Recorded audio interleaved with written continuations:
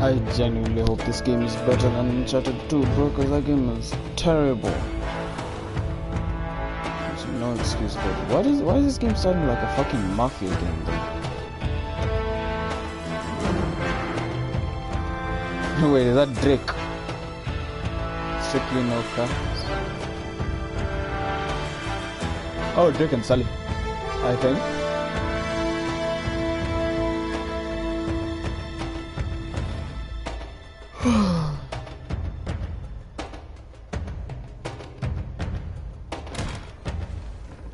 Drakey boy, Sully. Hands up. Hands up. Enjoying yourself, pal? Oh yeah, you're a comedian. Nice warm welcome. You're both clean. My apologies. One can't be too careful. I'm guessing you're Talbot? Mr. Sullivan and Mr. Drake. That's right. Do you have it? Let's see the money first. Cut it.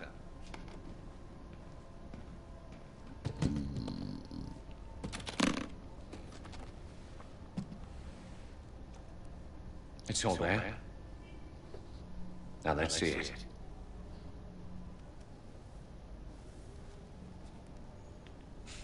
I'll need to authenticate it. Of course.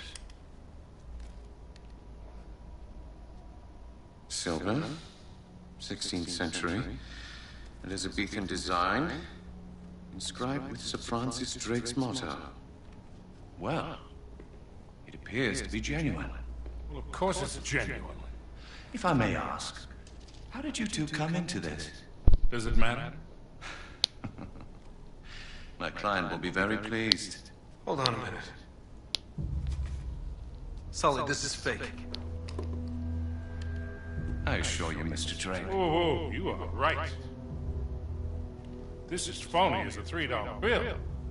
What the hell are you trying to pull here? Perhaps I should be asking you. This is bullshit. Deal's off, pal. And you? You can tell your client. You blew it. Come on, Nate, let's get the hell out of here. You're not really in a position to negotiate. Now give me the ring, take the case, and walk out of here like gentlemen. While you still can. Do as the man says, son. You're a thief. Well now, that's ironic.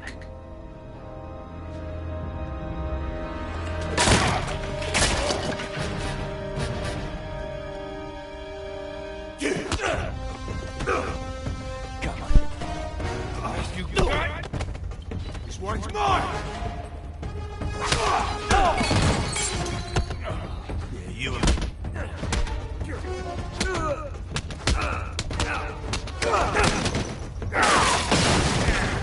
I'm gonna be honest, it doesn't look that much better. Mechanics so far are the same. I was hoping some change, maybe. This is this. I remember this thing in that game. No time to rest. All right, mate. You're done.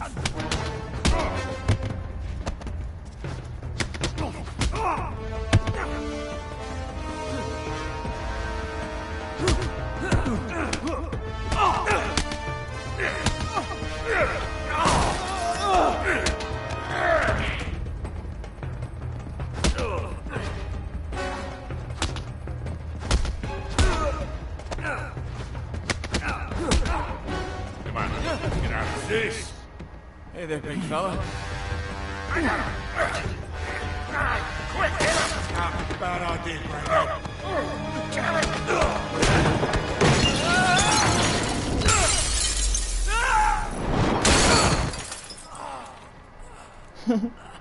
Get him! Hey, you spilled my drink!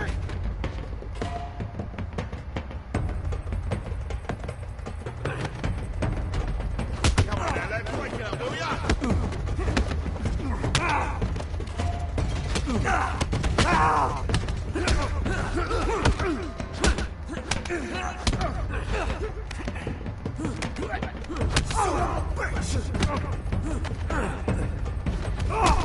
him there! This is a private party, or can I guest. Take him down! You got it. Man, this got out of hand in a hurry.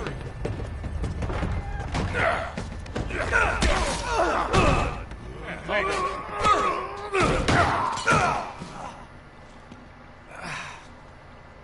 Man, that's nasty.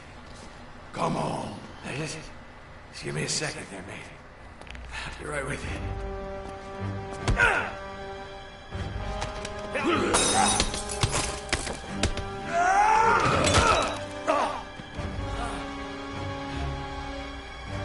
Okay, ready for more.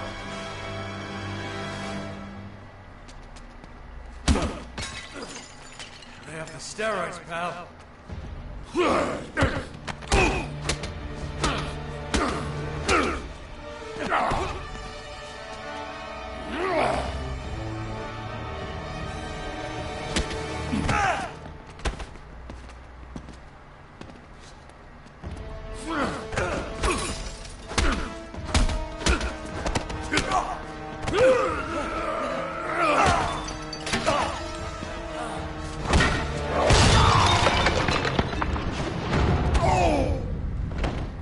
That was cool. You okay in there? You hurt? Just my pride. Come on. Let's go, Nate. Here. And get out the back. You look like shit. Stop him! I've got the old geezer! Oh, bro, it looks like another fucking shooting scene. Really, bro. How's that? Ready to go, kid? Yeah. Let's go. Oops. Crap. Damn it.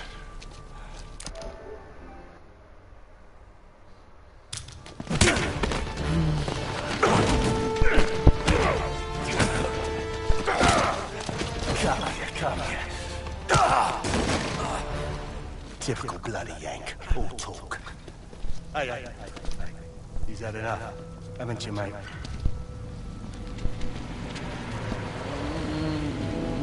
Don't. Stay down.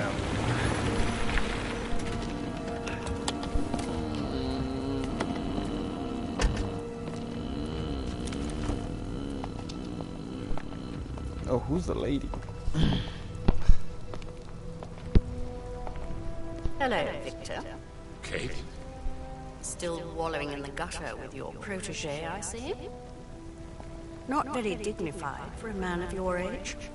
Should have known you'd be behind this. Oh, careful now. Wouldn't want you to melt. Same cocky little shit. So fearless. I wonder what you're really afraid of.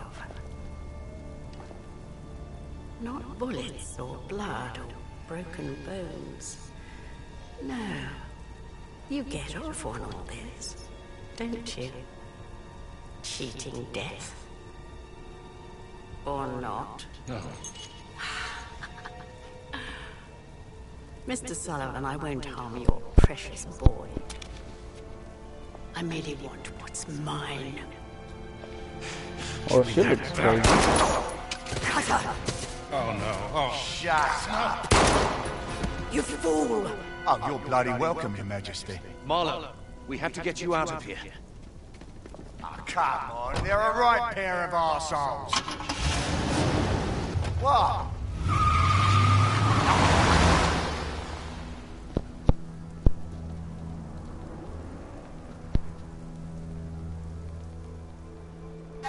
Nate was a kid, I think, if I remember correctly.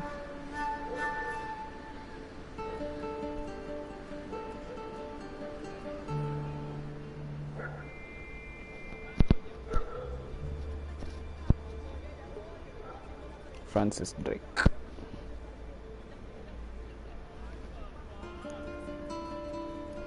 Yeah. Funny, how old is Drake there? It's like a teenager, like a 16-year-old.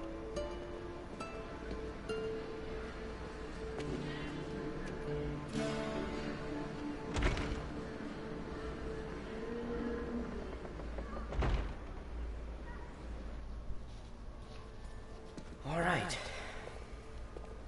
Here we go.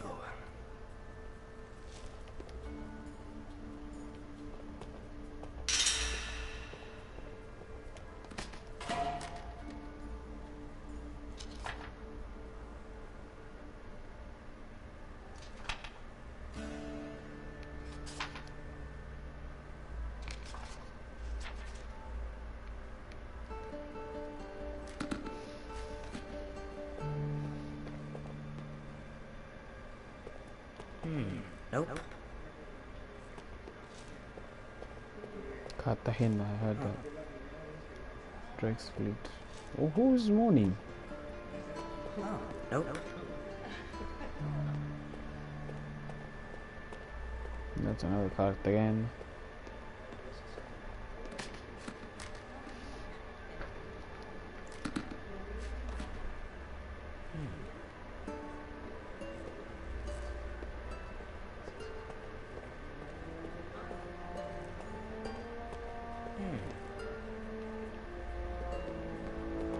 Maybe upstairs.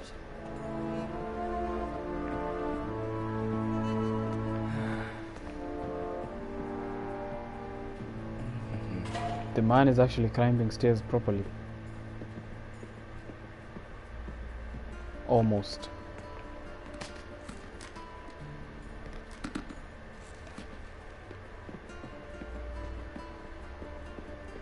I guess I'm not allowed. Oh, okay. It's gotta be in one of these cases. El museo cierra en 15 minutos.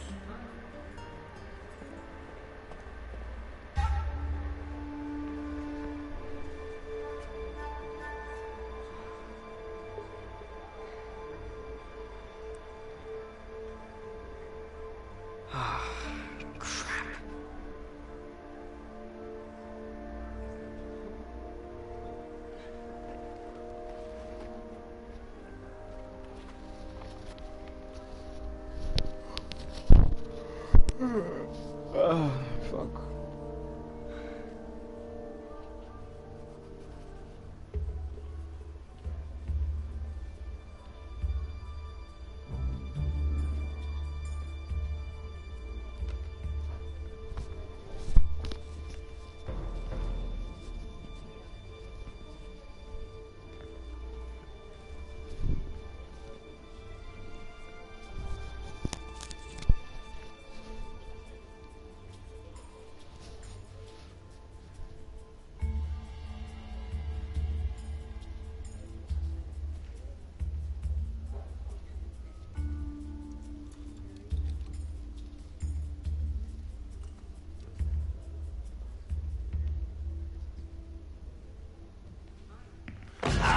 Te agarré, ratita callejera. ¡Suélteme! Su clase de gente no es bienvenida aquí.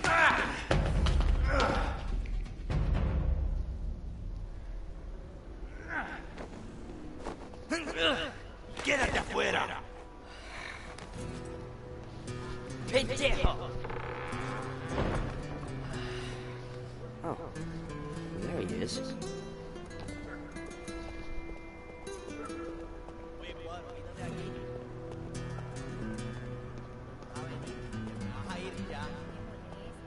Gotta keep up with him. There is no sprint button.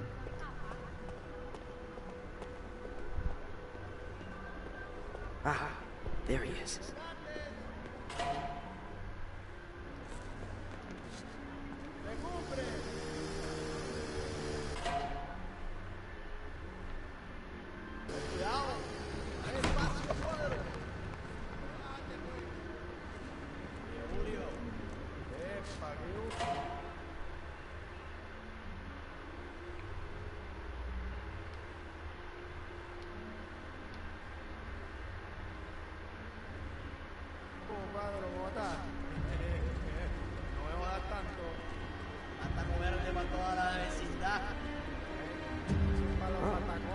Mind if I do?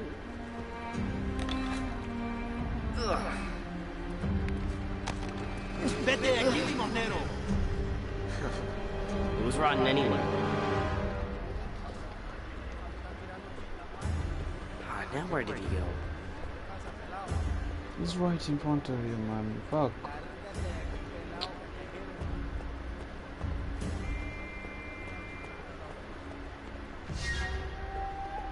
Where is he going?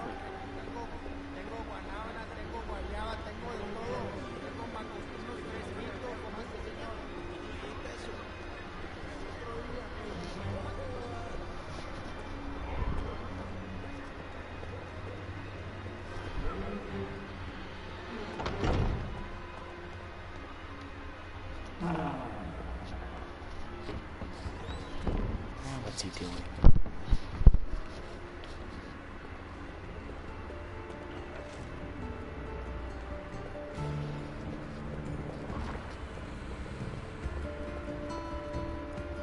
Damn.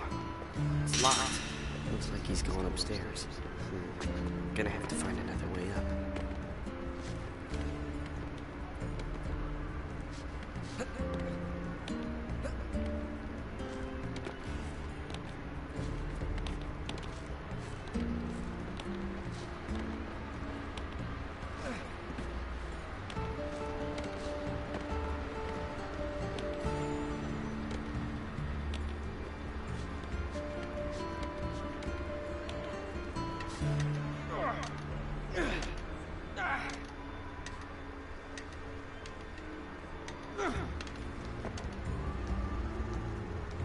What's he doing in there?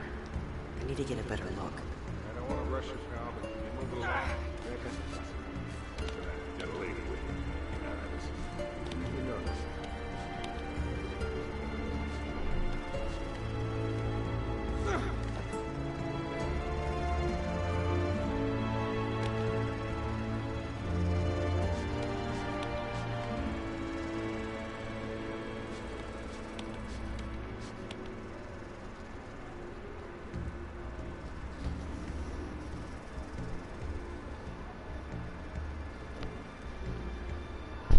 Finish what you're doing, bruh. Fuck. I need to go to sleep.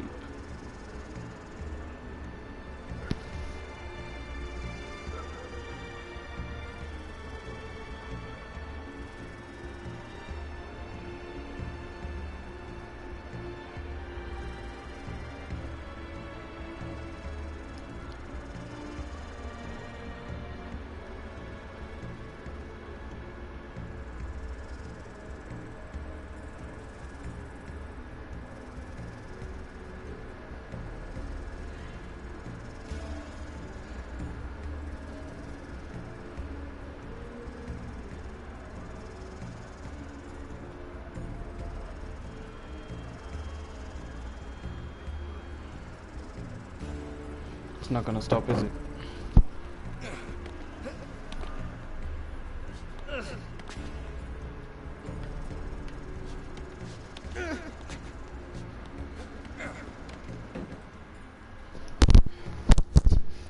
Aquí lo tiene.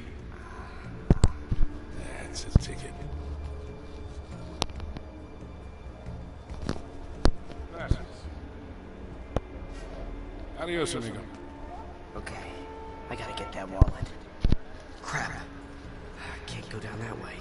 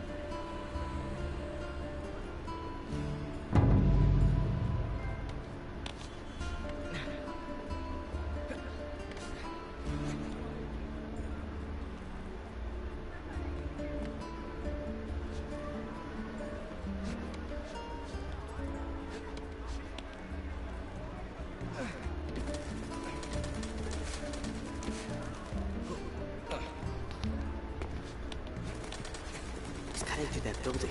I bet I can spot him from the roof.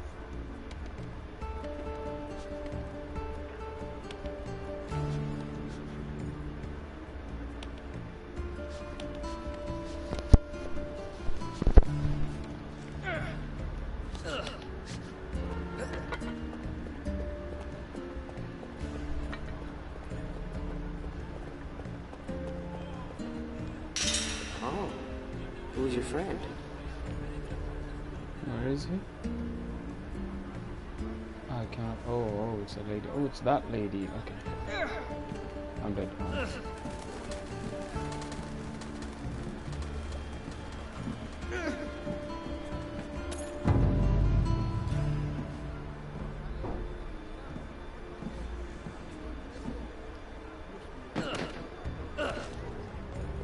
Don't want to lose him.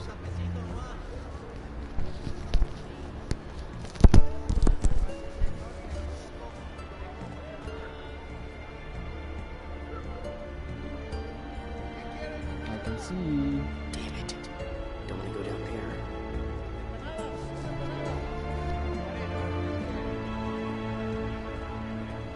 Why is it? Gotta find a way to get that wall. Okay, it's right there in his pocket. Now's my chance. Let's see if we have some time to kill.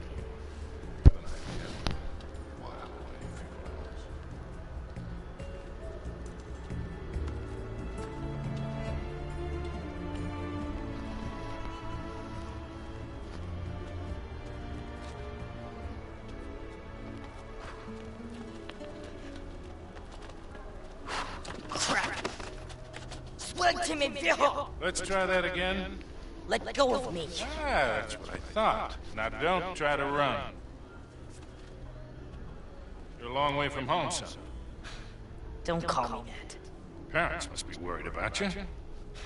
Yeah, not likely. Okay, sore subject. That was a nice lift back there. You're pretty good. I don't know what you're talking about, old man. Hey, don't call me that. Your technique is really sloppy, though. You're telegraphing all your moves. You're crazy. Yeah? You've been tailing me all over town.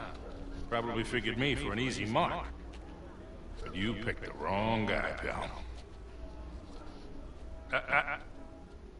What? My wallet. Fine. Maybe we'll just call the police. Go ahead. Of course, they might wonder why a middle-aged tourist is following young boys down alleyways. You are a crafty little beggar, aren't you? I know how to take care of myself. Anyway, I'm pretty sure you don't like the cops any more than I do. Good point. Kid. The wallet.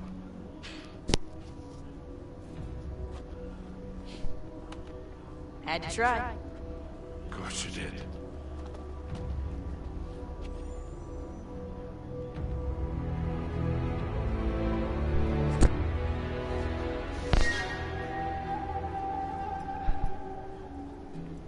Telegraphing all my moves, huh?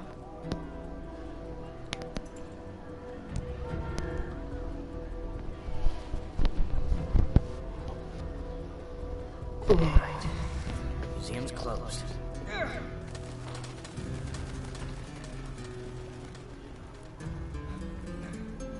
You're not scared. Just that guy. Just that guy.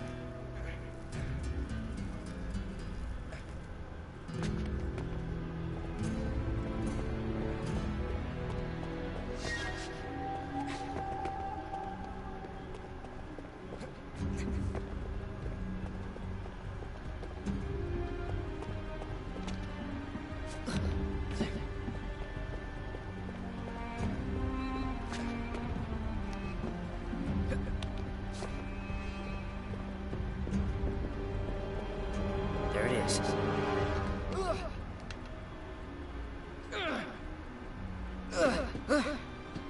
Ah, that was close.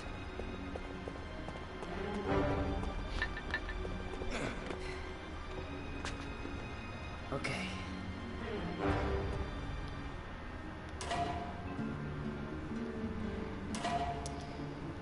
Interesting. It's a cool thing.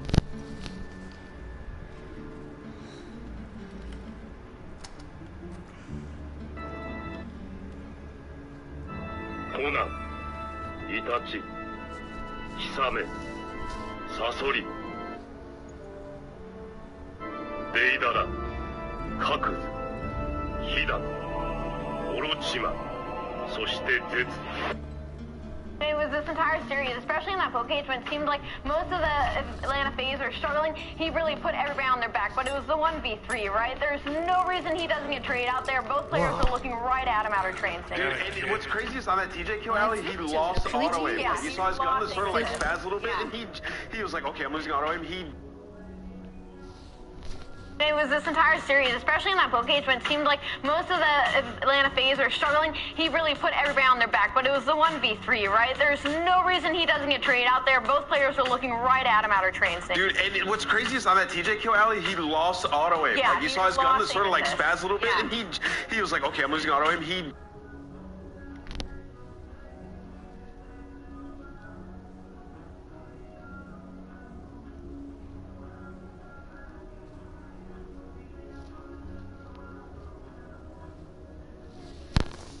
The little stray that made off with your wallet.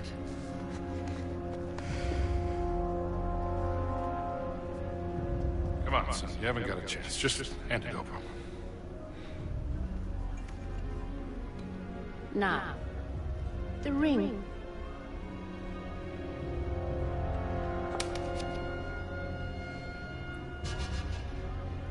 What ring?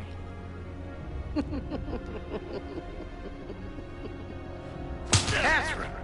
Who do you think you are, boy? You're nothing but a filthy, cast-off little beggar. You're not fit to touch these objects. What the hell do you think you're doing? He's just a kid. Stop him!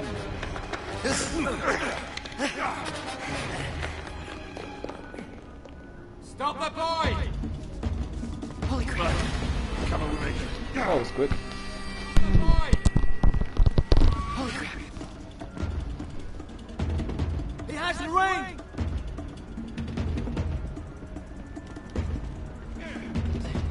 Break the door down! Oh god. I hate this He's camera. heading for the roof! Bro, I hate this camera. Chains! Break it! Hurry! Let go! Shit! Oh, crap. Who the hell are these guys?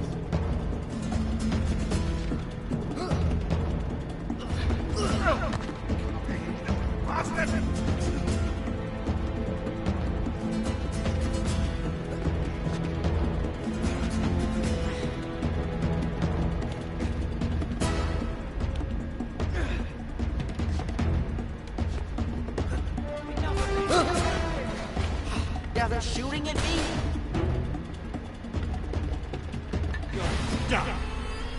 See, that's a fucking lie because there was no one behind me.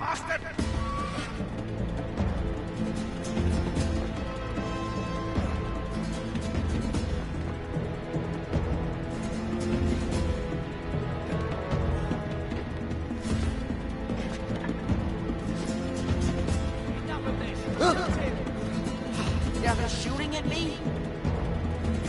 You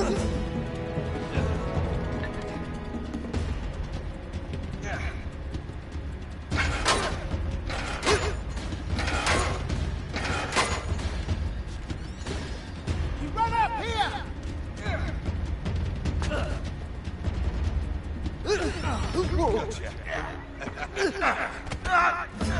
Beat it, kid!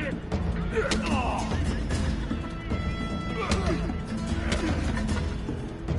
done, kid! How did you want me to fuck? Oh my god. Clutch it! Break it!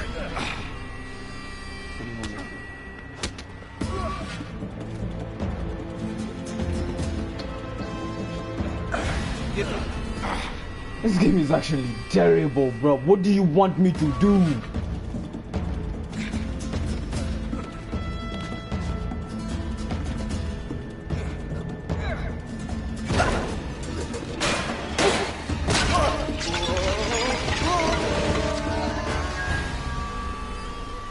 You're not supposed to jump at the end.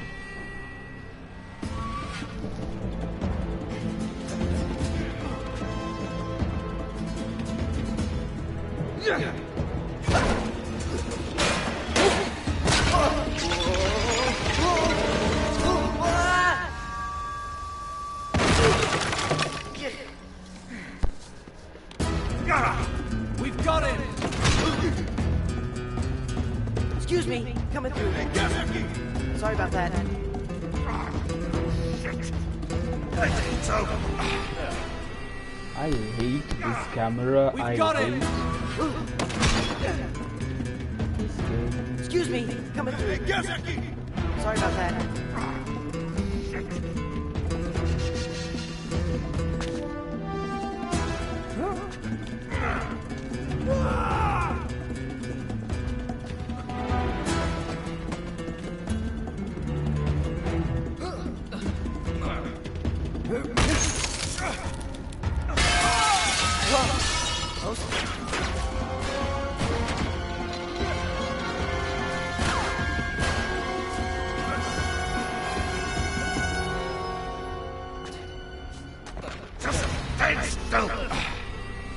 What am I supposed to do?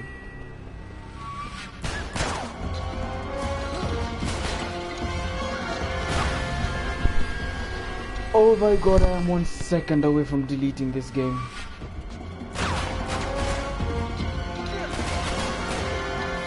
Do you see that shit?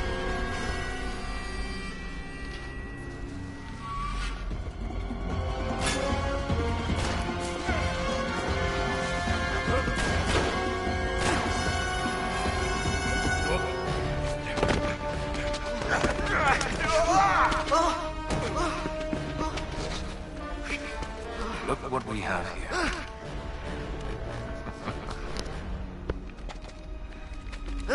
Whoops. You all right? What are you shaking for? Just close your eyes. This won't hurt a bit.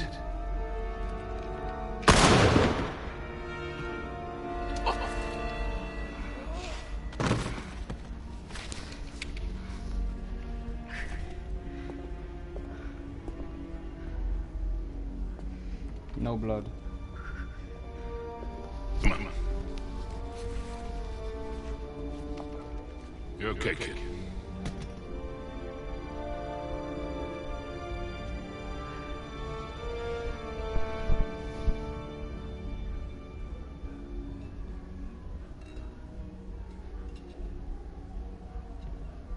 You can relax, kid.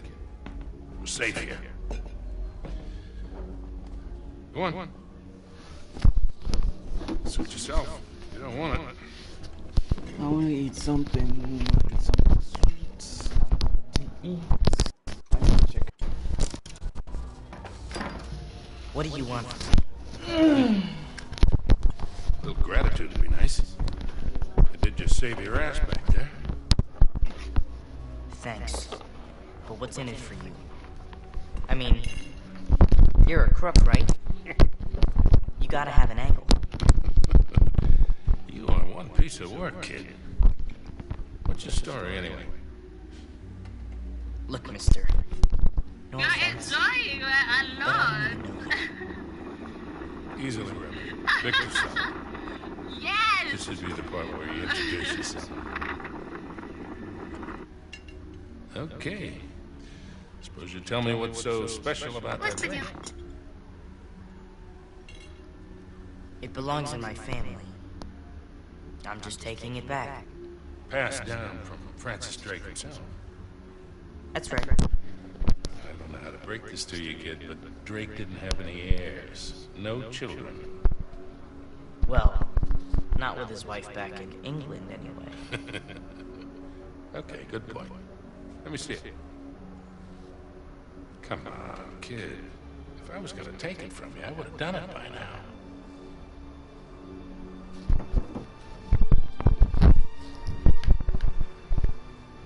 Thank you.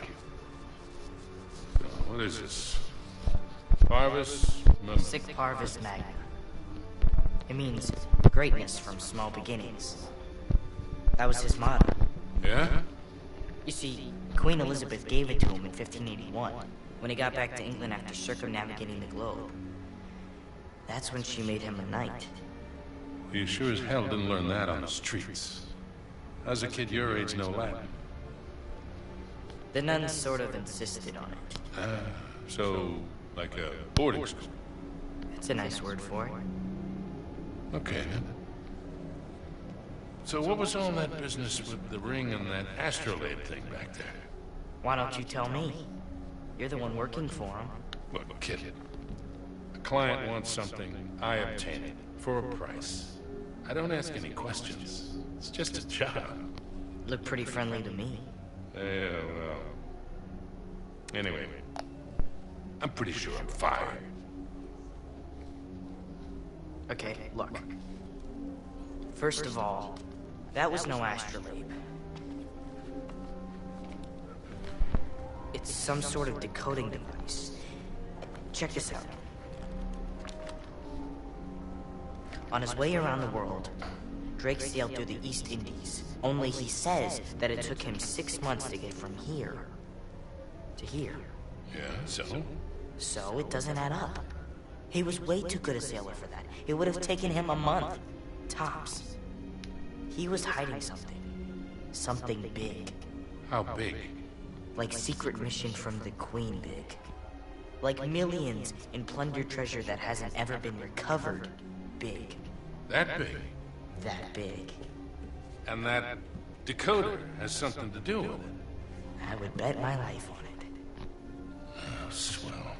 And Marlowe's got it. Won't do her much good without the key. So it's a stalemate then? For now. So you still haven't told me what your name is? And you still haven't told me what you want from me. Okay. Look.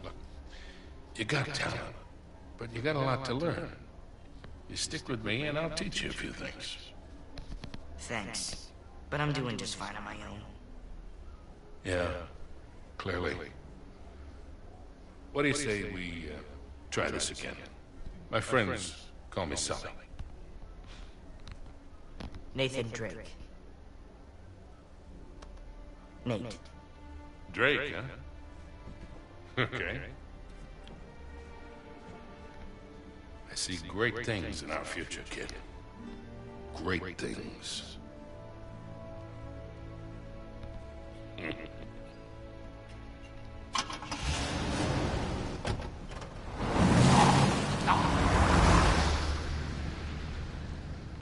And there you go. All right, lads?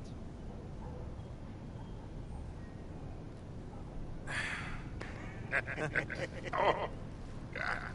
Bet you were gonna put a silencer on that thing. Sigh. You've got no sense of drama. Right. Alright. All that racket's gonna bring the cops any minute. Let's get the hell out of here. Could have pulled a couple of those punches, Charlie. What do you mean? I hardly touched you. You headbutted me. All right. I got a little swept up in the moment. You were the one who said make it look realistic. Better stay on his good side. All right, Bright Eyes, look sharp. They're coming your way. Don't lose them.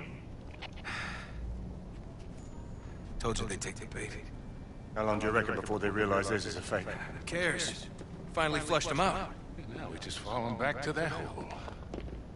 You do realize you make everything sound dirty. You do? Let's get moving. Well, hurry it up, Nate.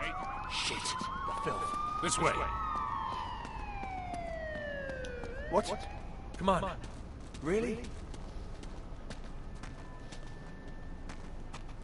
Come on, Charlie, what's the holdup? Yeah. It'll all be over soon. It'll all be over soon. It'll all be over soon. That's it. Oh, that wasn't too bad. What the hell is wrong with you? Nothing, I'm fine.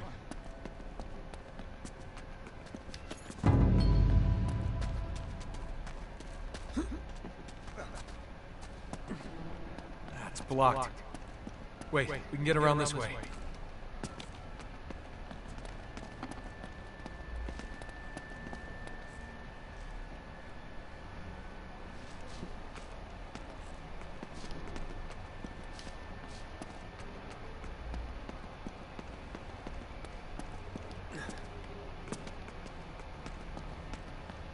Oh. Yeah, right. Or we could just use a little muscle. Oh. There's a thought.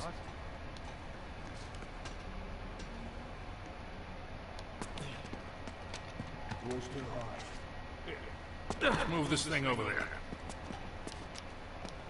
I got it. Put your back into it, mate. We haven't got all bloody night. Yeah. Thanks for the help. Come on, move your lazy asses. All right. Looks like the coast is clear.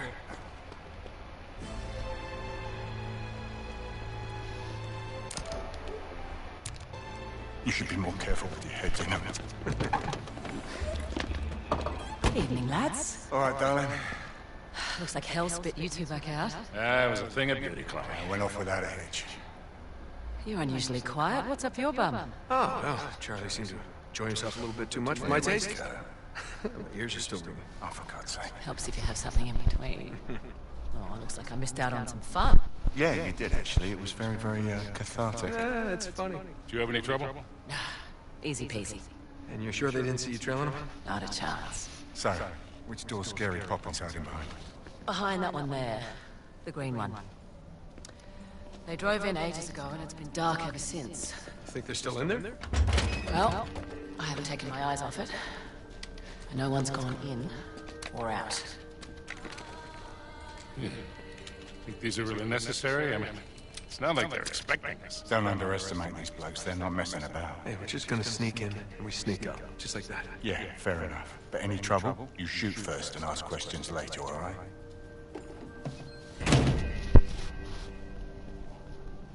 Man, I was sorely tempted to just pick up that briefcase back there and walk. Yeah, you got a lousy poker face, man. Hey, trust me, that's nothing compared to what we're on to. Yeah, well, at my age, a bird in the hand. Ew. Didn't I tell you?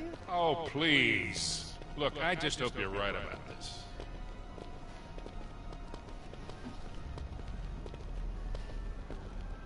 Seems pretty quiet.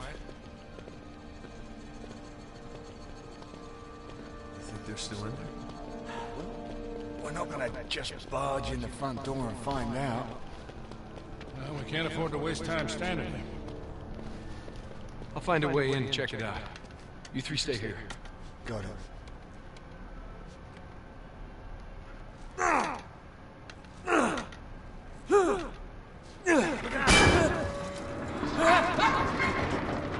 You right up there? Yeah. Sorry about that.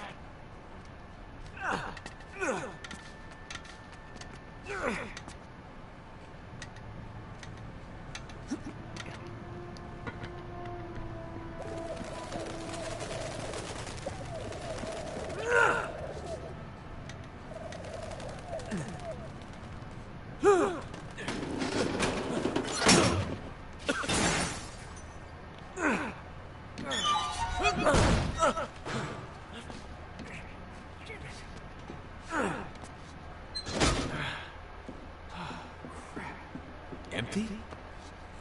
Wait a minute, where did it go?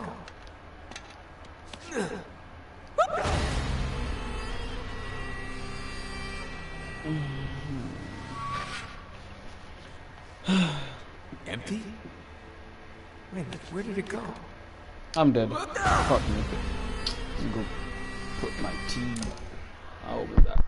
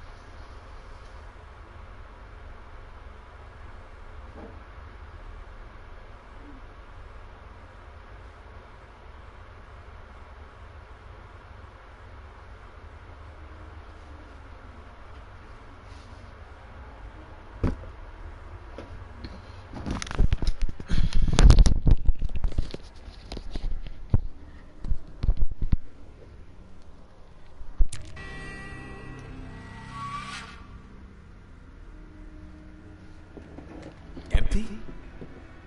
Wait a minute, where did it go?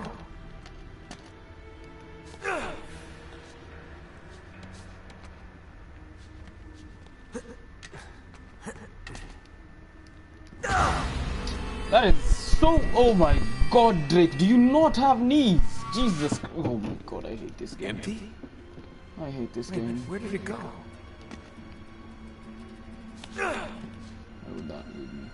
I'm probably a treasure, I don't care about treasure.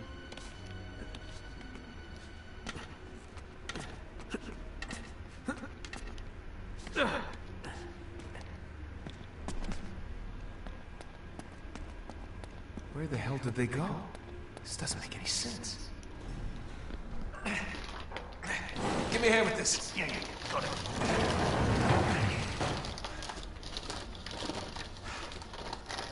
Does anybody see a car? Because I don't see a car. I don't understand.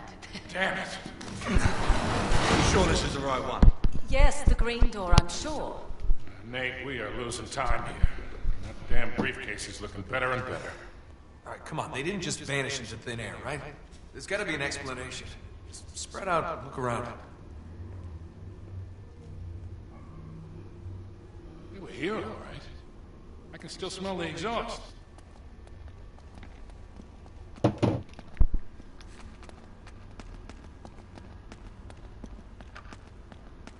Hey, over here. Look at this. Tire tracks. Still wet from the rain. Looks like the car turned here.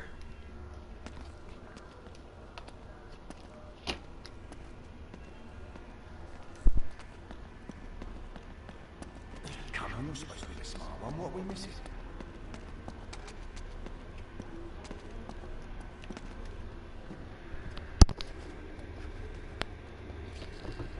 Huh.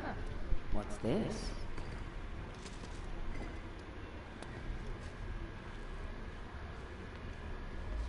Hey, check this out.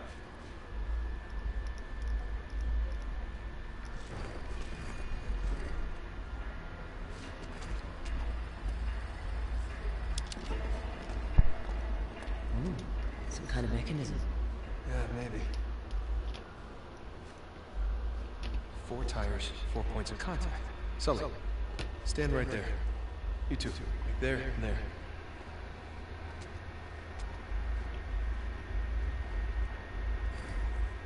All right, everybody, on 3. Ready? 1, 2, 3.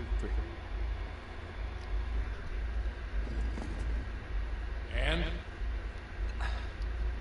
Well, this has got to be it.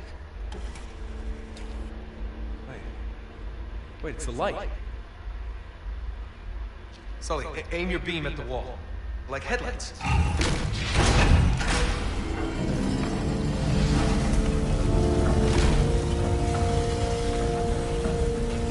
Well, abracadabra cadabra. Nate, just who are we dealing with here? There's only one way to find out. We'll track the car. You head back to the van. We'll try and stay in radio contact. I'll let you know when we get through to the other side, all right? Wherever the hell that is. Just be ready for anything. Might be a quick exit. No doubt. She's the best driver in the business, you know. So I've heard.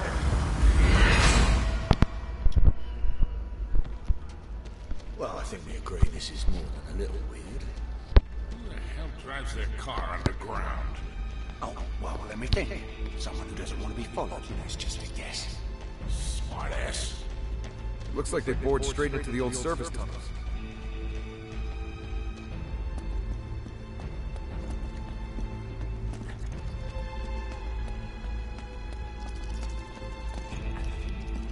It's locked. Not for long.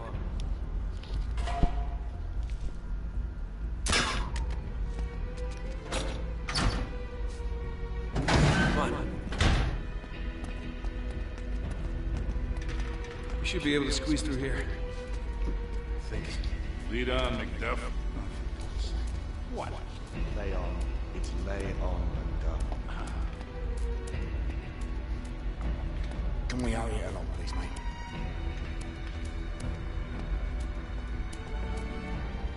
All right back there? Yeah, you know, just keen on the old tight spaces, that's all. Just keep moving. Oh, thank God for that. Where the hell is Macduff? Is there no bottom to your ignorance? They're here!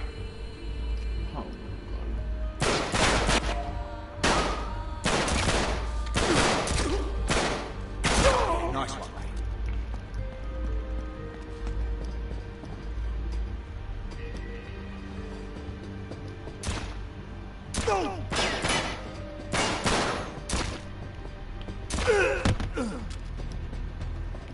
What are you doing? Keep the silence up.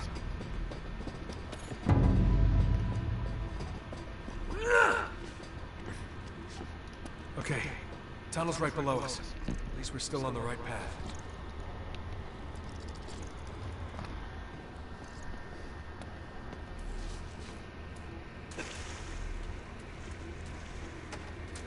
Oh, that is a long way down.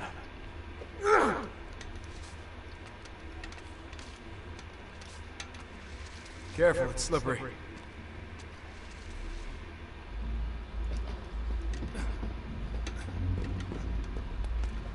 More. Down. Until they're close enough.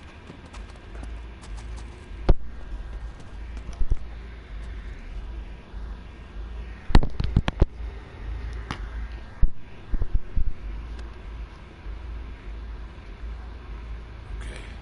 Ready when you are.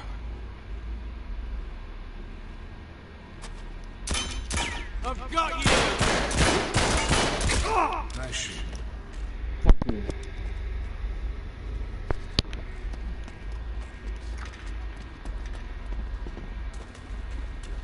Hey, there's a passage up there. And a ladder. Yeah, looks like it's jammed though. Look out, here it comes.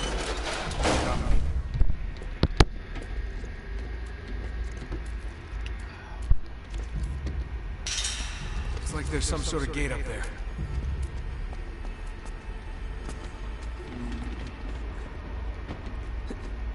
How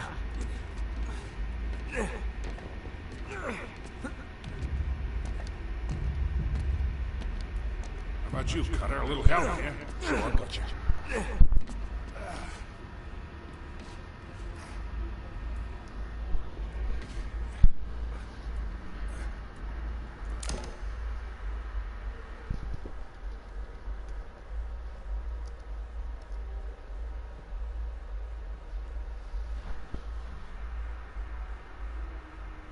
The best.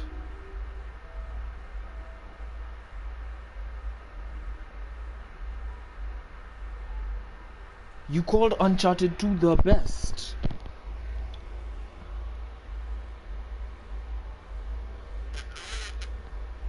Nah, I have to listen to this.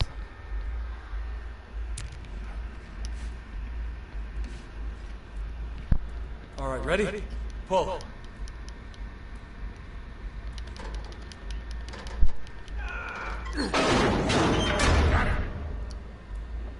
Okay, Charlie, come on.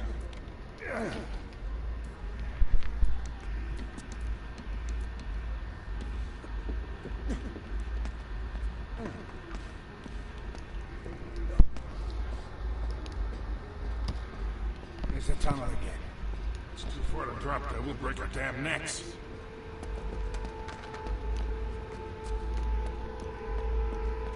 Crap, it's a dead end. Down here. We headed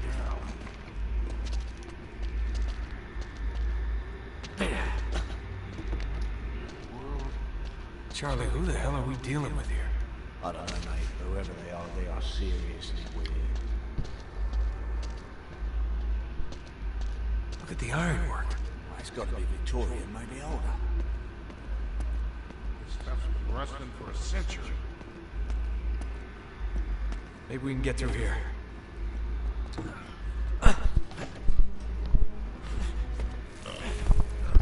No way we're moving there. Naughty Dog is that their games are only as powerful and effective as their narratives. This makes sense on the outset, considering that their games usually rely on character development, flashy graphics, and high-budget action sequences that make you feel as though you're playing through an interactive summer blockbuster. However, since we're going back through the Uncharted games for these critiques, I can't help but feel as though this estimation is limited. What I mean is that there's a lot more to Naughty Dog's games than just the narrative, and I think that Uncharted 2 is a perfect example of this. You see, Uncharted 2's story is crap.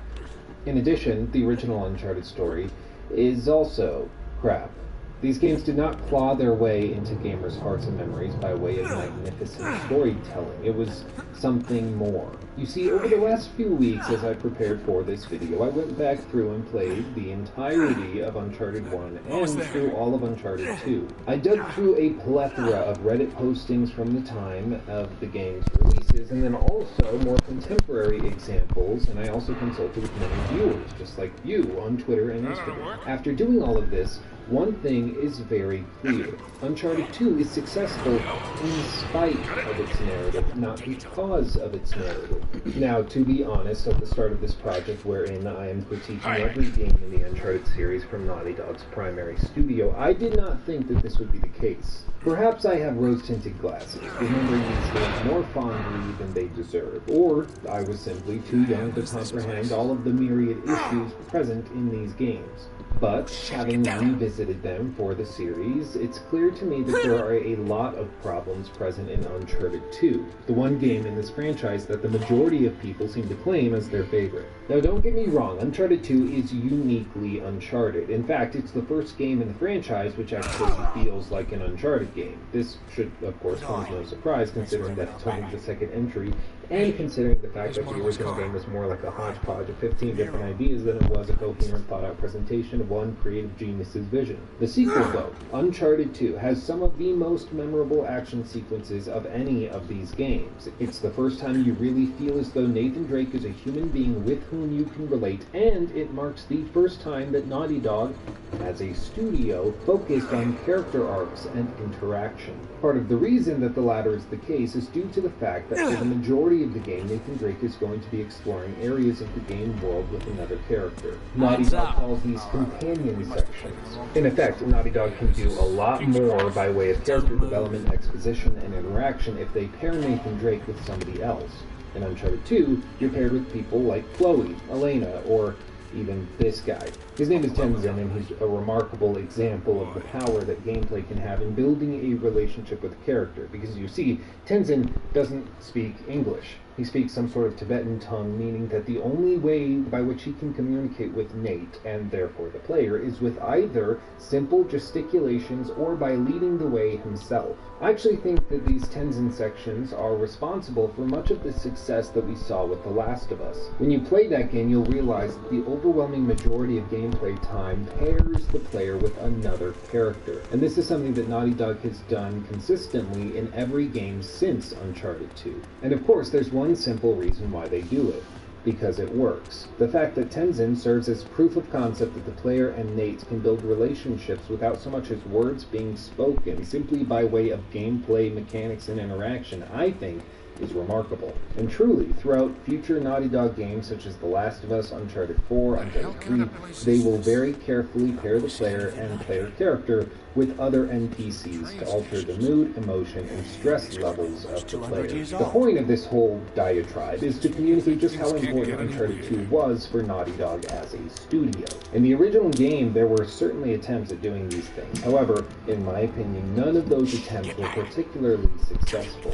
While I do have a lot of problems with Uncharted 2, and I think in many ways it hasn't aged well in comparison with other later Naughty Dog games, which I do recognize is a somewhat stupid thing to say, considering that those games are newer and have therefore aged better since they have not aged as much. I still think that this game is probably the most important one that Naughty Dog ever created.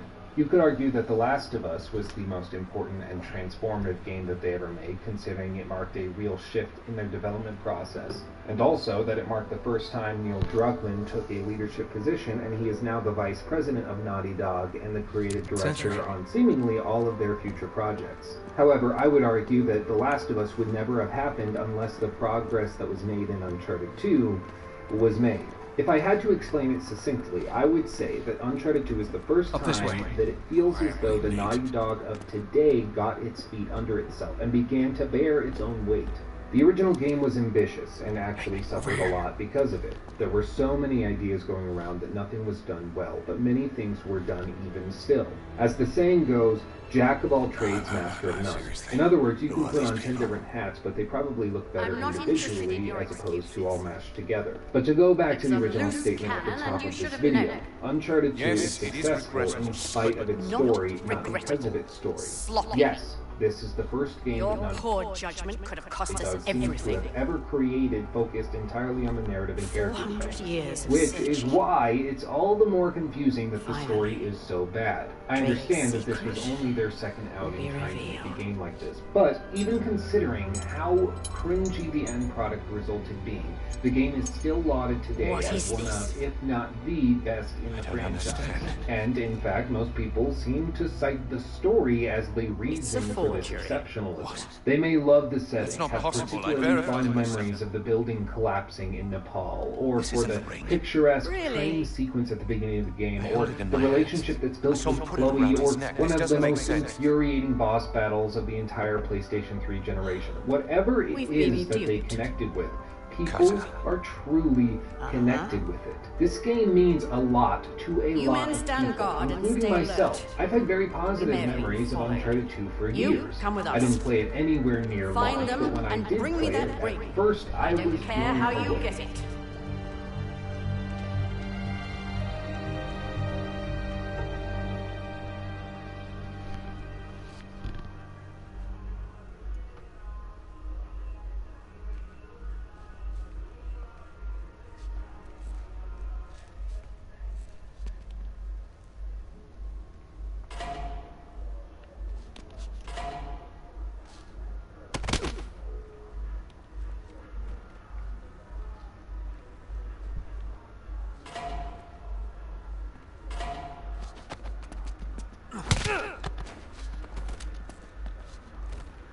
Quite the operation they got going.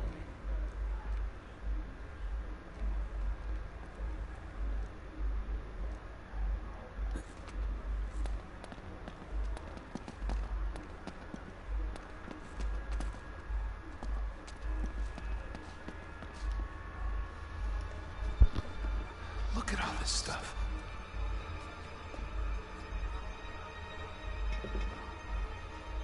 Ew. Nate, focus. We haven't got much time here. Yeah.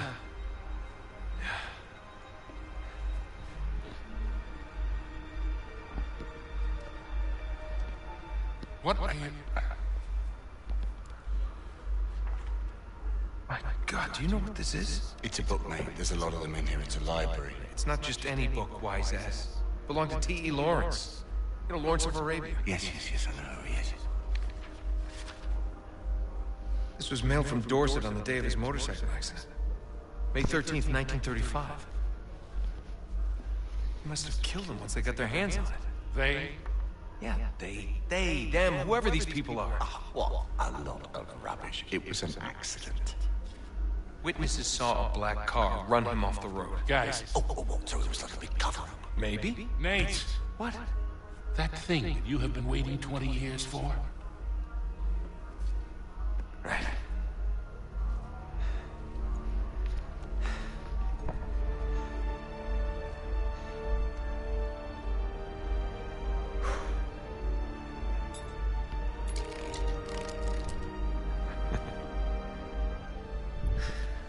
Okay. Here we go.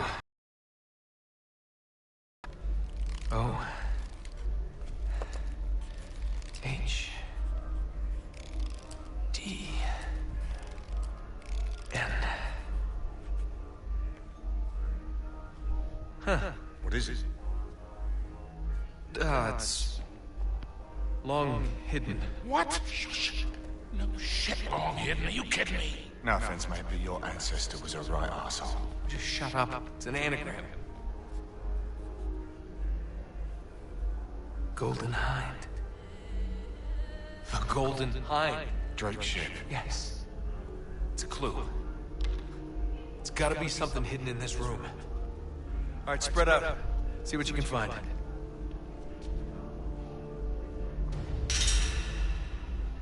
What the hell are we looking for, anyway? The Golden Hind. Could it be a model? Maybe a painting? What makes you think it's even here? It's gotta be here. Could be a Buckland Abbey for all we know. Buckland Abbey, it's a place you've never been there, move on. Well, there's a chair there made from wood and shit. I suppose it could be, but... No. No, it's gotta be here.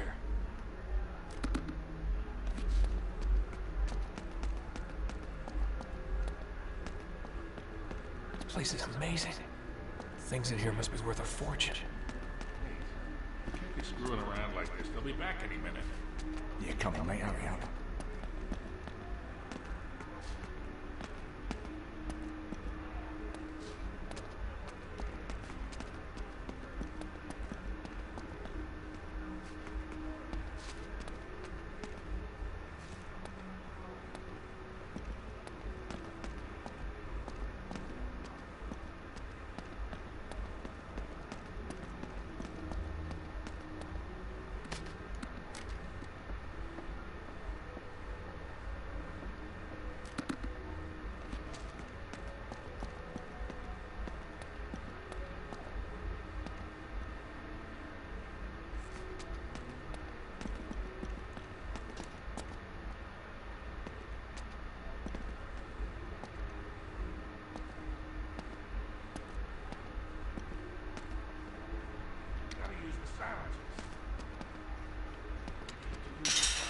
Of course.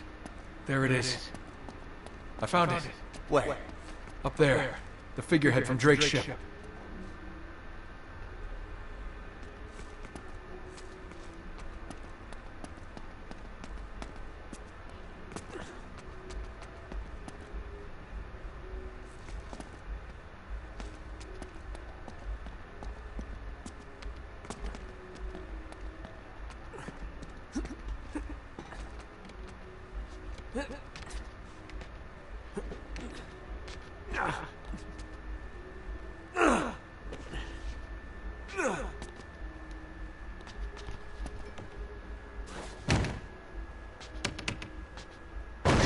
It's a trap! They're here! Take cover!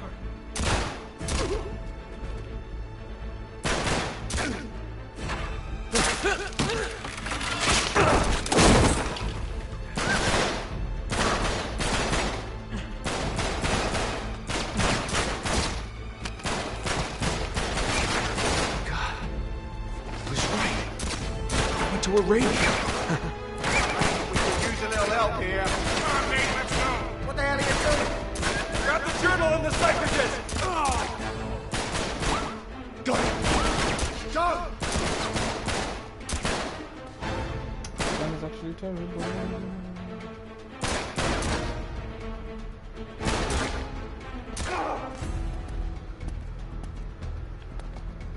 We're running out of ammo. Grab their weapons!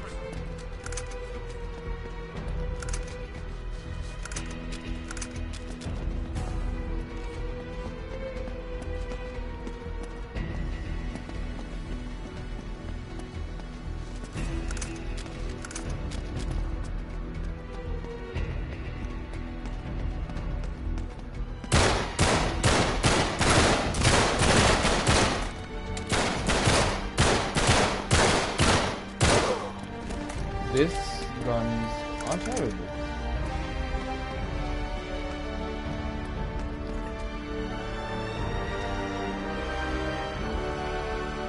Shit, they're everywhere. Damn ambush! Cover me! You got it. We've got to get out of here, mate. Just keep moving forward. We'll find a way out.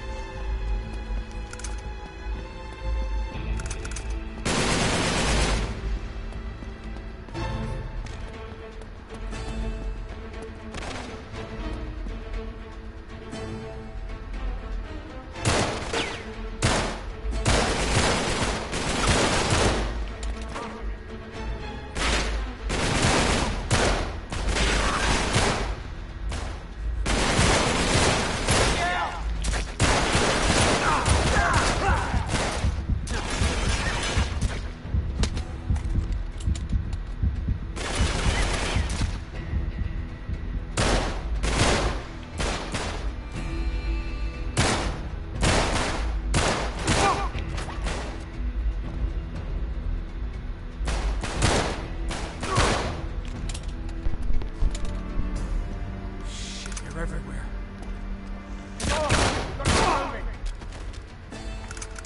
Watch it, Nate. This place is crawling with them.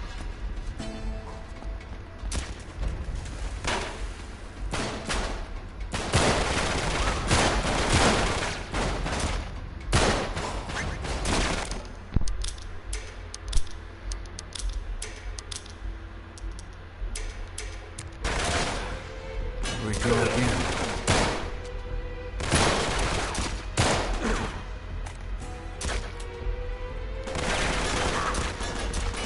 Get him down. Great.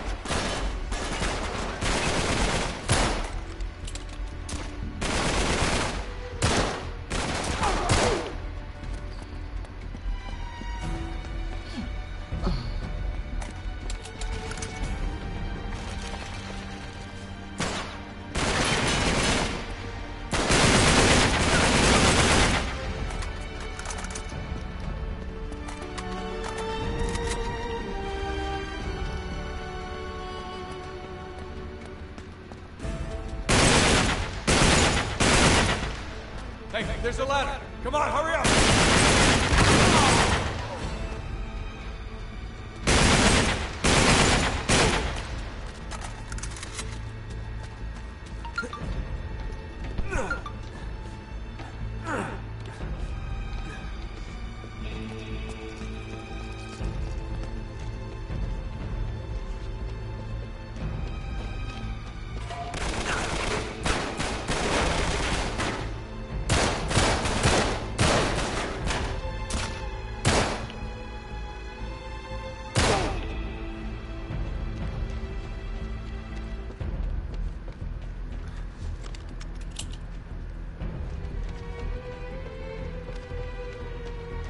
Carter, where the hell are we? It's the North Atwood Station. Come on.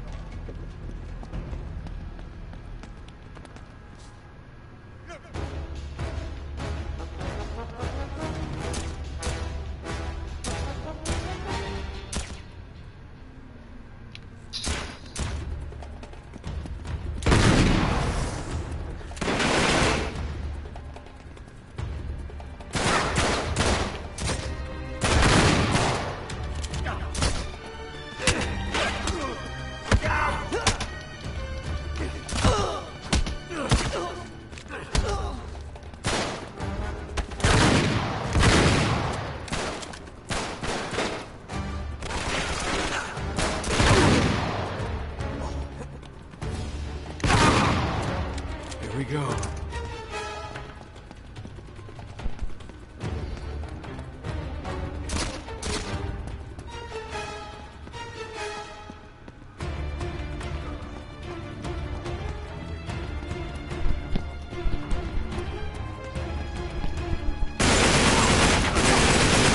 However, after replaying it this most recent time for this video specifically, I can't help but feel as though I overlooked many shortcomings or outright enjoyable.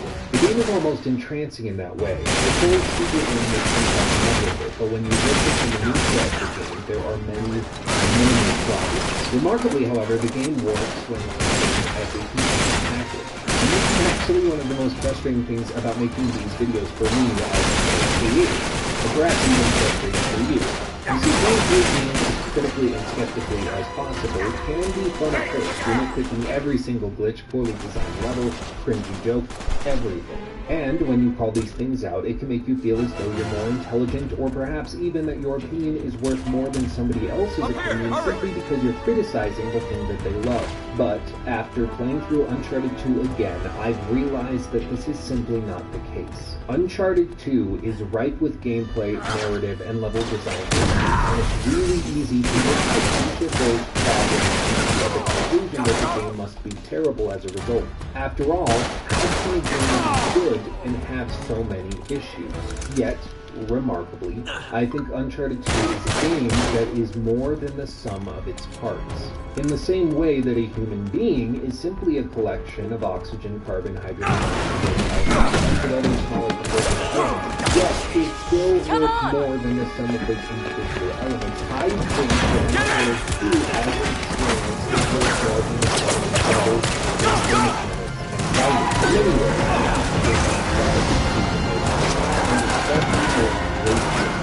Maybe it's that they play into the cultural climate of the time, or connect with players on an emotional level that can't be quantified by the smaller individual parts. But regardless, the experience of the game is something more than would be predicted if hyper-analyzed. Now, the point of this video is not to discuss the philosophical implications of game design, as much as I would love to make false comparisons between video games and the human body compositions for an hour. You likely came here for something else, an honest and impartial look at this game that so many people hold dear. And don't worry, I'm going to deliver that beginning in just a moment, but I just wanted to take this time to explain why I don't think that breaking things down in this way gives you a complete picture of what this game has to offer. In the same way that reading a Sparks Note booklet on a novel doesn't give you the same experience or knowledge as though you read the novel yourself. It may make you feel as though you're equipped to make or echo the criticisms that you've learned from the critique, but it certainly doesn't equip you to form an honest and fair opinion yourself. In other words, this is the world's longest spoiler warning. If you haven't played Uncharted 2, you should. The game is only around 10 to 11 hours long, and if you own a PS4, chances are you have it for free because it was listed under the PlayStation Plus free game of the month a little while back. And if you are like me, you likely saved it and downloaded it to your library even though you might not have had the intention of playing it immediately. I mean, free is free. Don't worry, this video will still be available to you once you've completed it over the course of a weekend, or, knowing some of you, a single evening. But with all of that being said, we're going to go through a good number of my primary criticisms and frustrations with Uncharted 2. I'm going to go through the entire story start to finish, so once again, spoiler warning, and we're going to have the video broken up into 4 main acts. The intro, which is what you've been watching up until this point, the narrative, the gameplay, and the conclusion. And as always, I'll have timestamps included below. But with all of that said, let's get started.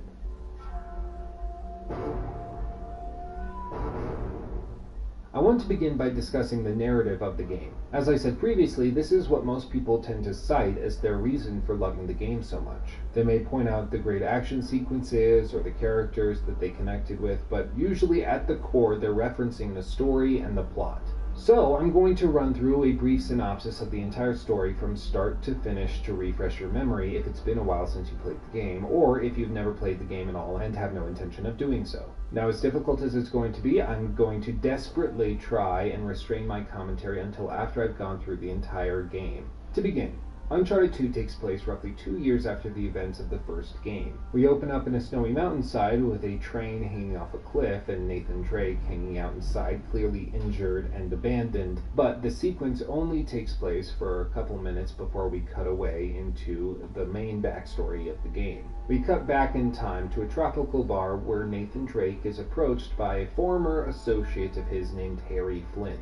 But effectively, for the entirety of the story, they're just going to call him Flynn, so that's what I'm going to call him from now on. There's also a girl with him, named Chloe Fraser. She's going to be very important, especially in future videos as you go through Uncharted Lost Legacy, so keep her in mind. But as for right now, she just seems to be a sidekick or girlfriend of Flynn. He was a great mathematician. These two petition Nathan Drake, somebody they previously worked with, to help them steal an old oil lamp that was apparently involved in some way He signed all his letters to the Queen with this symbol, meaning he was responsible. The original 007. We talk about working for a wealthy benefactor that they're going to double-cross. So it was John Dee who sent Drake get it to so that they Arabia. can double-cross somebody else and share the profits. It's pretty standard as far as action movies. Great, but what for?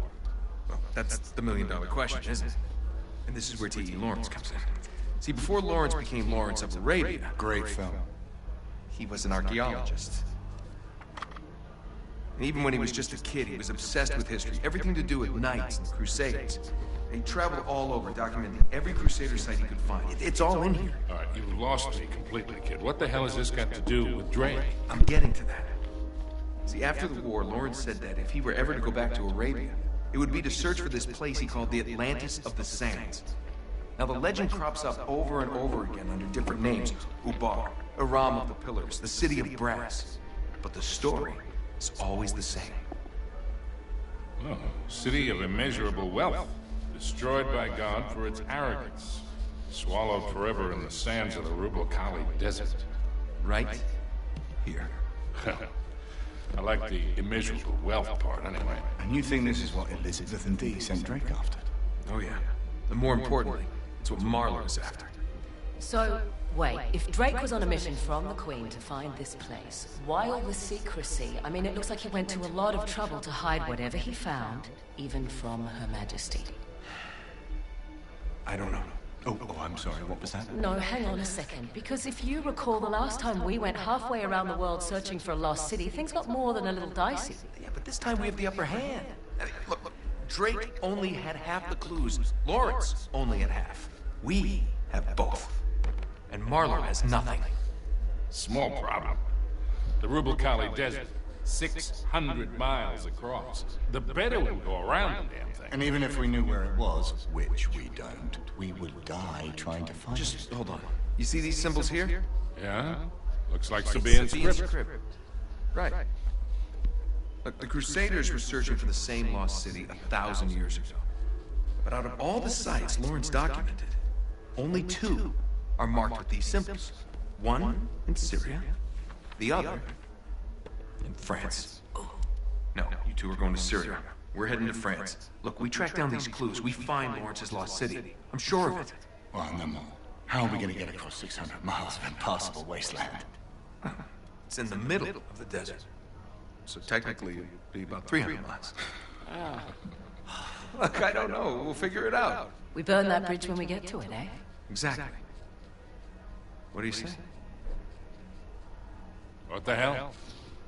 Let's do it. The plots go. Damn it, I'm already interjecting my opinions into the synopsis. Okay, moving on. Nathan hesitates, but eventually agrees to help these 2. We have a couple of other cutaway sequences, one of which we see Chloe convince Nate, somebody with whom she previously had a romantic relationship with, to leave with her once they get their share of the treasure, and basically double-cross Flynn in the process of double-crossing their wealthy benefactor. Looks like we're going the rest of the way on foot. This second double-crossing is not the last double-crossing that will take place over the course of this story. We cut forward to a museum in Istanbul where Nate and Flynn are trying to break in to find and definitely steal headed the in the right land. direction. And inside is a flammable Chateau resin should that be this way. illuminates a message on the map that was also contained within, Not too far. showing that Marco Polo's fleet was eventually shipwrecked in the middle of the voyage Not some too place far. in Borneo. Furthermore, it's also With you, revealed I never that they know were if that likely means a carrying quarter the mile or Chintamani 20. stone.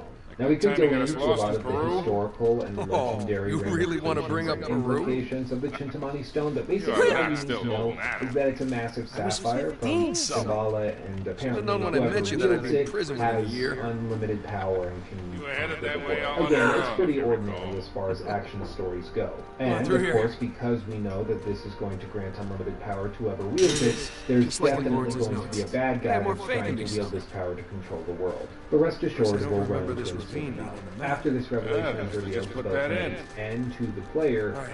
Flynn Come on, double-crosses we'll find Nate another way in around. what could only be described as the most predictable double-crossing ever. But rest assured, if you love double-crossing, this is the This story way. for you. Watch your step.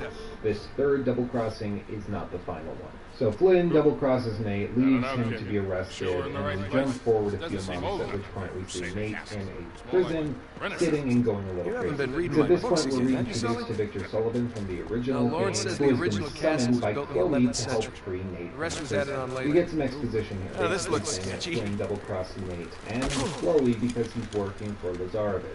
Lazarevic being a Serbian war criminal who Sully, your built first the car. to help him in his pursuits of controlling and ruling the world. We don't get a lot of backstory with Lazarevic, but it seems as though he has some sort of delusion of grandeur where he believes that he has to serve some broader purpose to help bring order The knight who to owned this chaos castle, Lord that Godfrey, exists within returned from the planet. Crusades Again, in these the are pretty 12th century. ordinary According to plot Lawrence, points as all far that's as left of the action original goes. castle is the square keep in the gardens. If Godfrey brought any secrets back from Arabia, that's where we're gonna find him.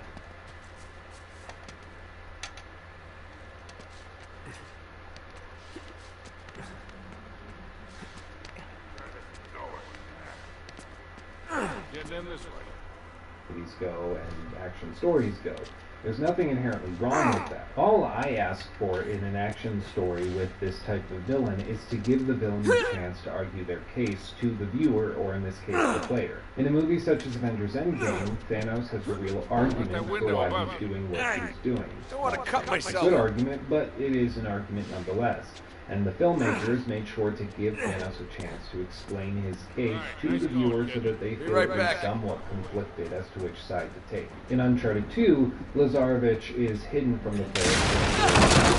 There are a couple of minutes wherein he calls out Nathan Drake towards the end of the game. Don't worry, we'll get to that. Again, I'm really bad at not interjecting while getting a synopsis. Alright, back up. Nathan and lock Sully off. decide that they're going to infiltrate one of Lazarevich's camps in lock. Borneo, with Chloe as a secret agent of sorts within Lazarevich's group. After several gameplay sections, Nathan eventually discovers that the stone likely never left Shambhala in the first place. And Nate also finds a furba and a map with a message that its carrier will be able to gain access to Shambhala through a temple that's located in Nepal. Flynn shows up with a bunch of angry men, they get spooked off, and naturally Nate and Sully both escape. Now at this point, the game developers felt that they needed to shake it up and to break up the monotony of Nate and Sully by pairing Nate and Chloe together. So, they find some arbitrary reason for Sully to back out of the story and to give the player the chance to pair with Chloe. The two travel to Nepal and find that Lazarevich has already been there searching for the temple. During the course of going make our way through through the these chateau levels, to the where gardens. we're being chased That's by where we'll find the old Lazarevich's key. mercenaries, the player runs into Nate's ex-girlfriend from the first game, Elena Fisher. She's traveling with a cameraman who's just known as Jeff. Don't worry, it's not important. You'll find out why in just a little bit. And they are apparently tracking Lazarevich for some sort of story. Like I said in the last we gotta get some leverage. this is something that's going to happen time and time again throughout the franchise. Nathan will be all alone at the beginning of the game with no mention of Elena, no explanation as to where she went, apparently tracking Lazarevich for some sort of story. Like I said in the last critique, this is something that's going to happen time and time again throughout the franchise. Nathan will be all alone at the beginning of the game with no mention of Elena, no explanation as to where she went, and then suddenly she'll reappear out of nowhere, with everything seemingly being the same as always. Regardless, it's the same old, and it's something we're going to be seeing a lot more of, so get used to it. After reconnecting with Elena and her new cameraman, boyfriend, hubby, whatever Looks like those chandeliers are on some kind of pulley system. we eventually progress with Nate and Chloe, Elena, and there's some kind of mechanism over there. the temple. They use the weird dagger thing as a key to uncover Shambhala's real location in the Himalayan mountains. They start working their way back out, but are ambushed, and during the course of this ambush, Jeff, the cameraman, gotta find a way across. There's a quick little debate that happens between Nate, Elena, and Chloe, where they're all arguing over whether or not to abandon the cameraman to escape. Chloe insists that they abandon him because he's already shot, likely going to die regardless, and Nate and Elena probably don't stand a decent chance of surviving if they stay behind with him. Elena, of course, is outraged at this proposition, and Nate, taking the side of his previous girlfriend, decides to help the cameraman, even though it likely means that they're going to die. And I really can't stress this enough. Like, he's walking this guy, carrying him on his shoulder. I mean, look at this. Like, he should be dead.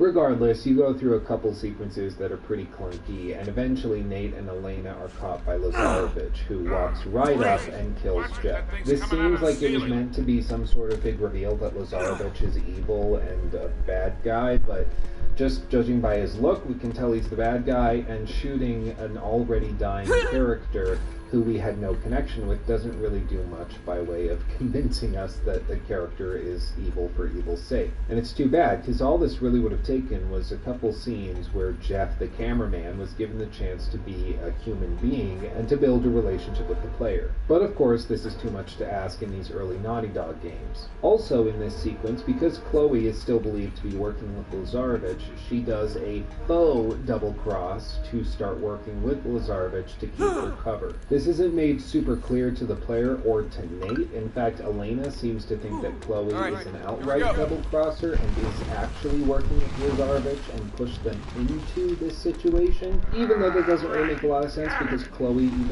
said that she was trying to save everybody by leaving Jeff, the cameraman, behind. It's lame. Can you tell I ran out of words there? It's lame. After all of this, Nate escapes from Flynn and Lazarevich with Elena. After a brief argument, Nate and Elena decide to catch up to Lazarevich's train using a stolen Jeep to try and help Chloe. This is probably the most most memorable sequence of the entire game, at least for me. Climbing along and running atop the train through a vast mountain range is really, really cool. I don't know how they managed to do this so well, but it seems as though it's fluid and it's effortless. Really, other than this tunnel sequence, there's never a moment where it feels as though Naughty Dog is trying to give you the runaround or is trying to stall so that the player can move up the train to keep in line with the amount of track that's left. I don't really know how they did this, but their sleight of hand is phenomenal, and they were able to make sure that the player felt as though this was all organic, and when the train eventually crashes, it crashed because it just happened to crash, and not because the story was on strict tracks. In all likelihood, the way they got this working was probably using a dynamic speed on the train to make sure that it didn't move too fast to reach the end of the track before the player was ready. And also the train was so long that the player, no matter how fast they were moving, could never reach the front of the train before the giant explosion happened thanks to the helicopter. But all that's beside the point. The point is, this is awesome. And even today, it's impressive, which just goes to show you how crazy impressive it must have been at launch. So Nate fights his way through the train trying to find Chloe, but after finding her, she refuses to leave with him because she feels as though she can't trust him anymore. Flynn shows up out of nowhere and decides to shoot Nate. Trapped and dying, Nate decides to cause an explosion that's going to derail the entire train. A very reasonable thing to do. The train flies off the cliff and he escapes just barely while hanging onto the train car. And this is where the game opens up. It's like in one of those old 1990s comedy movies where they open with some cliff and they say, "Oh, I bet you're wondering how I got here." And then they only reveal later how they got there. And it's kind of a fun cliche, but I don't know. It doesn't do much for me. You climb back up the train car just like you did at the beginning of the game, but you get some new dialogue and quirky jabs, and some stuff has been slightly altered to a more realistic version, considering that they didn't have to dumb it down for the intro anymore. You get to the top of the train, you climb through the snow, and you start walking through the sequence, at which point Nate passes out due to all of the blood loss. Nate's found by a Tibetan Sherpa named Tenzin, the guy we talked about earlier, who brings Nate back to the village where he's based out of to help him recover. Here, Nate's reunited with Elena, and we are introduced to an explorer named Carl Schaefer, who's apparently some sort of German explorer that's been living here for a while. Schaefer's probably the weirdest character in this entire story because he doesn't have really anything particularly likable about him. He just kind of shows up sword, and a morning star, just like the ones in this room.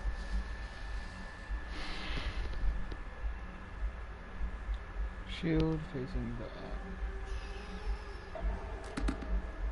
Maybe we gotta turn each night so it's facing the right way. Yeah, but what's the right way?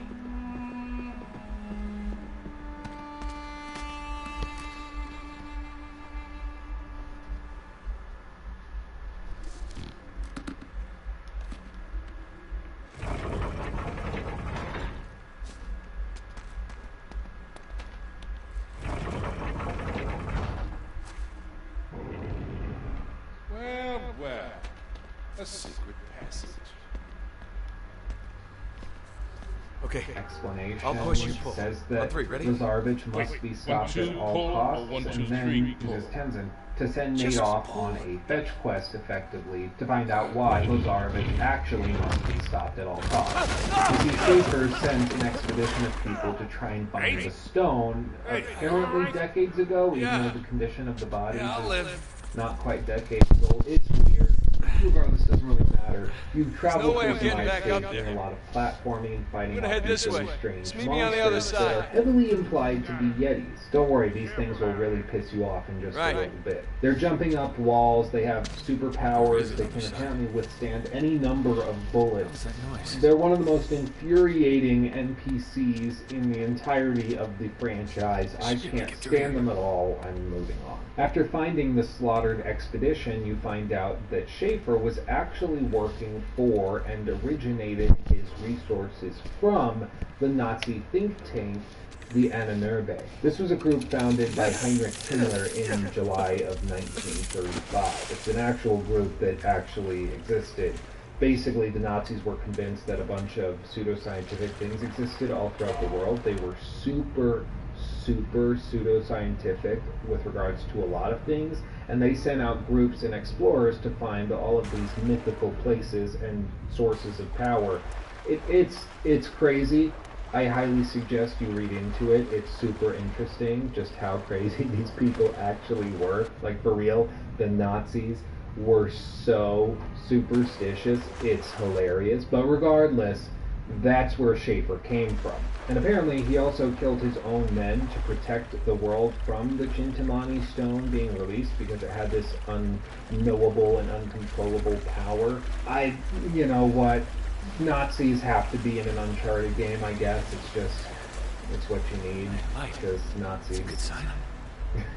That's it, because Nazis. We'll talk more about this in a little bit, but for now, we'll just leave it there. Nate and Tenzin return to the village at which they started to find that Lazarevich's men have arrived and have started tearing the place apart. Schaefer has been kidnapped, and the Burba, the little dagger thing, has been stolen. Elena thankfully is safe, so she and Nate follow Lazarevich's convoy to a monastery at the top of the mountain where a mortally wounded Schaefer tells Nate that he must destroy the Chintamani stone before Lazarevich can obtain its power. He also heavily suggests that Nate should kill anybody that gets in the way because he was also willing to kill his own men that got in the way of preventing the power from escaping. This is one of those topics that I could talk about for hours, and we're going to discuss in a little bit. The idea that Nathan Drake is actually a terrible person who's actually the bad guy throughout this entire story, even though he's presented as the hero and not the anti-hero. It's something that even Lazarevich will call him out on towards the end of the game, but its entire discussion is limited to a single sentence that isn't responded to. But don't worry, we'll get there. Nate runs back into Chloe while chasing Lazarevich, and they come to a decent understanding, and Nate regains the dagger key. Seriously, I looked it up. It's called a fur, but